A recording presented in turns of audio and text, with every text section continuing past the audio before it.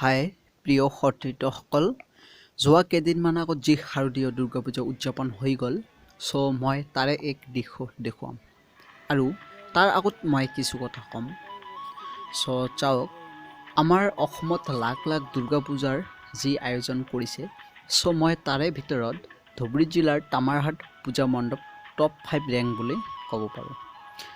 আৰু তামাৰহাটবাসী গৌৰৱান্বিত, লগতে যিসকলে পূজা মণ্ডপত উপস্থিত আছিল বা হৈছিল তেওঁলোকো গৌৰৱ অনুভৱ কৰিছে। আপোনালোক দেখিয়ে তামাৰহাট পূজা মণ্ডপ।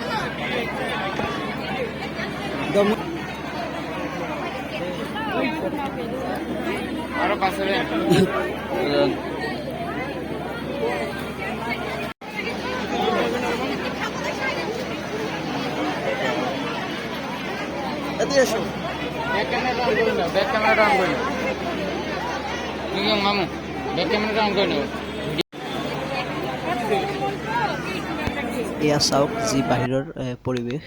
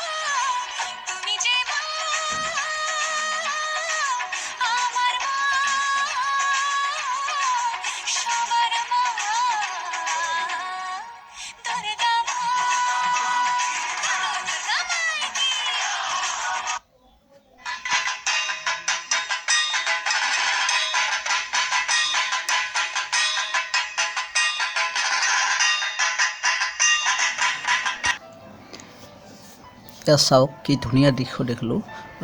চাওক কেনেদৰে বনোৱাইছে, থাৰ্মকল, তুলা, কাপোৰ, কাগজ আৰু ফুলৰে। চাওক এইখিনি কাপোৰ লগাই দিছে তুলাখিনি, চাওক আৰু নানা ধৰণৰ ফুল লগাইছে আৰু ওপৰৰ পিনে ৰঙা নীলা আছে, সেইখিনি পৰি সৰগৰ পৰি যেন লাগিছে।